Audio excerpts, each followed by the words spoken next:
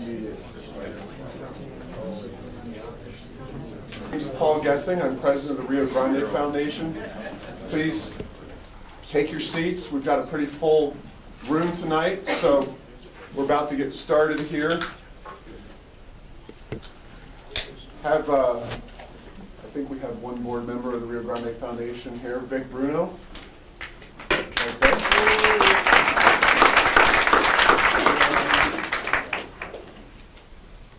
I'd like to thank all Rio Grande Foundation donors for their support for events like this one and for all the other things that we do. Most recently, you may have seen Jim Scarantino. He's been absolutely on a roll recently. He got a tour of Manny Aragon's castle down in the South Valley. Check it out on YouTube if you haven't already done so. I'd also like to thank Rio Grande Foundation employees. I see Corey Davis coming. He's going to be doing our timing tonight, so give everybody a wave. Jean, our vice president, has the flu bug that's going around, so she is not here tonight.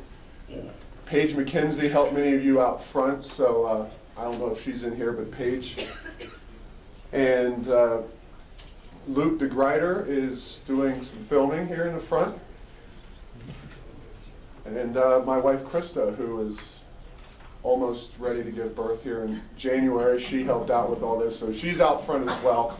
So everyone's still actively getting people checked in and getting things started here. So why is the Rio Grande Foundation hosting a candidate forum when the election is nearly a year away? Well, to put it simply, we are proponents of ideas.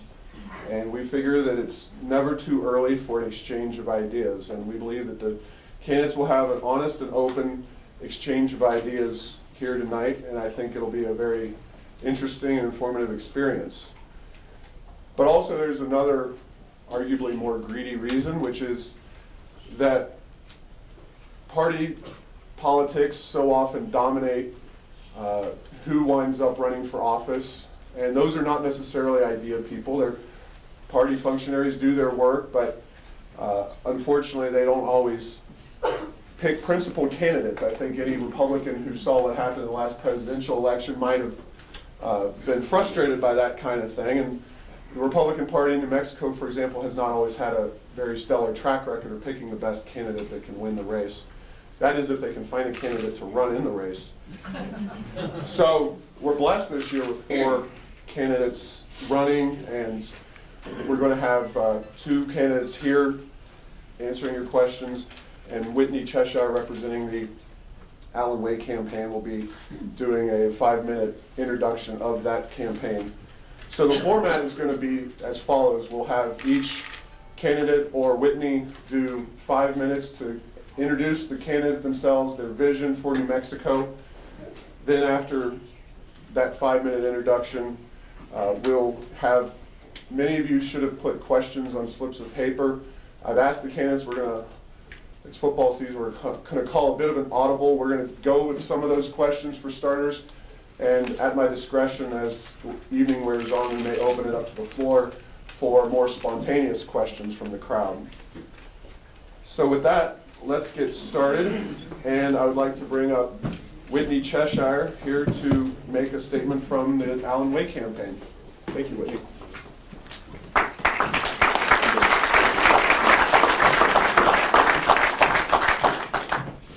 Hi, everyone. Can everybody hear me okay? It's okay. Normally I like to talk off the cuff, but since I'm representing Alan, I figure I ought to use a few notes since I am representing him as a candidate.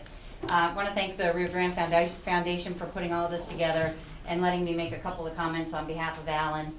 I'm sorry that he couldn't be with you tonight. He's actually back on the East Coast and will be until the end of the weekend. So many of you may know Alan from his time as the chairman from the Republican Party. And during the 4 years that he served there, he set records for fundraising and for voter registration. He also unfortunately served during 2 of the toughest cycles for Republicans since Watergate. So that as well as part of his tenured time. But he always was a steady voice for common sense policies and priorities, and he always stood up for what was right. Alan has never held political office before, and I can tell you honestly that this is one of the things that is resonating most strongly on the campaign trail. In fact, when we've been out collecting petition signatures to get him on the ballot, many, many people have refused to sign that petition until they found out that he wasn't a career politician. Instead, Alan spent more than 30 years dedicating his life to serving his country in the United States Marine Corps, as well as running a successful business in the state of New Mexico. In case you don't know about Alan's past, he actually ended up leaving home at the age of 17, and by his own words, he was not the most stellar of students. So he enlisted into the Marine Corps and spent 2 years there instead of going directly to college. When he finished up, he applied for colleges, and he was very proud that the University of New Mexico accepted him. And as testimony to his get-it-done attitude, this was his first real challenge. He ended up finishing a 4-year degree in less than 3 years. At about that time, the Vietnam War was starting, and he ended up rejoining the Marines and going to Vietnam. About 3 months into his first tour, he was badly injured. They had to lift him out on a helicopter, and he spent about 7 months recovering at Bethesda Naval Hospital. And for all of his trouble, instead of accepting a desk duty after that, he wanted to be sent back with his men to Vietnam, and he served a second tour of duty in Vietnam, where he earned 2 more Purple Hearts. Alan came back to New Mexico when he was done with that, and worked and finished a master's degree here. Shortly after, started his own business.